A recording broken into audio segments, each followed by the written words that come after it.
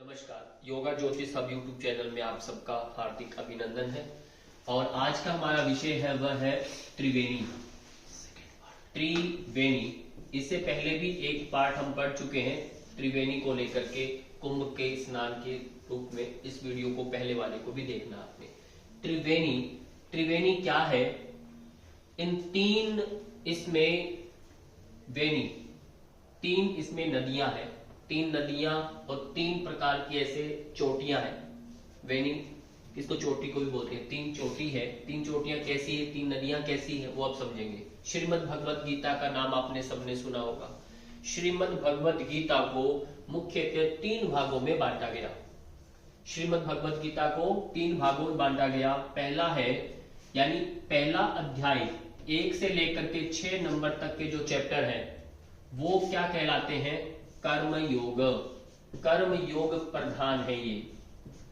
कर्म योग को यदि पढ़ना है तो 1 से 6 नंबर तक के जो चैप्टर है फर्स्ट, वो कर्म योग है। 7 से लेकर के कितना, 12 अध्याय तक जो योग है वह भक्ति योग प्रधान है।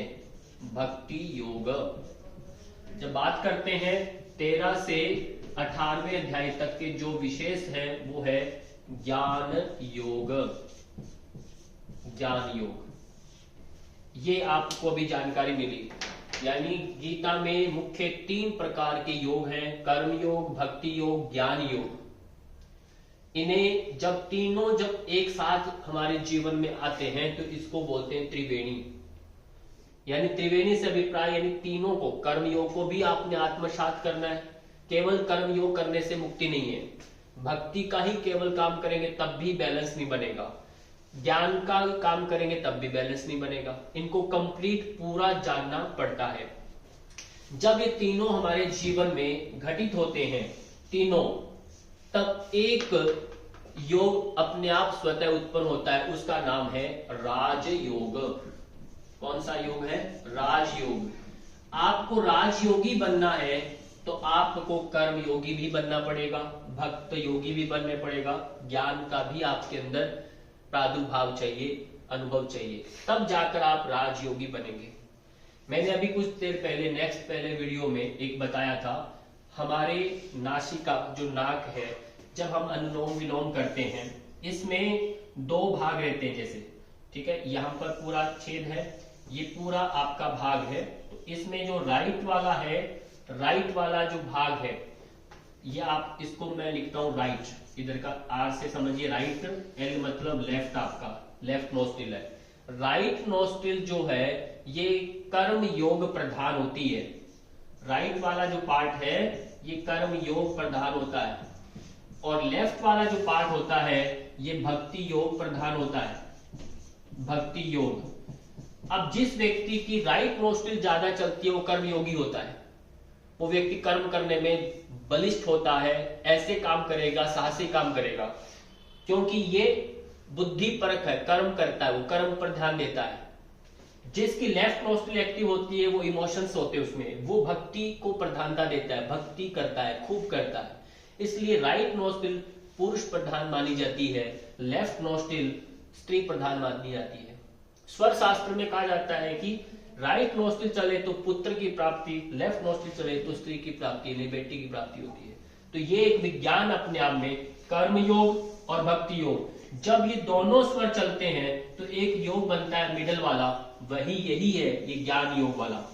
ज्ञान योग की प्राप्ति, यानी कर्म और भक्ति से संसार नहीं चलता। कर्म तो बहिर्मुखी बनाता है और भक्ति योग व्यक्ति को अंतर्मुखी बनाता है। बहिर्मुखी होना, अंतर्मुखी होना, इससे भी परेशानी है। इन दोनों का निर्णय कौन करेगा?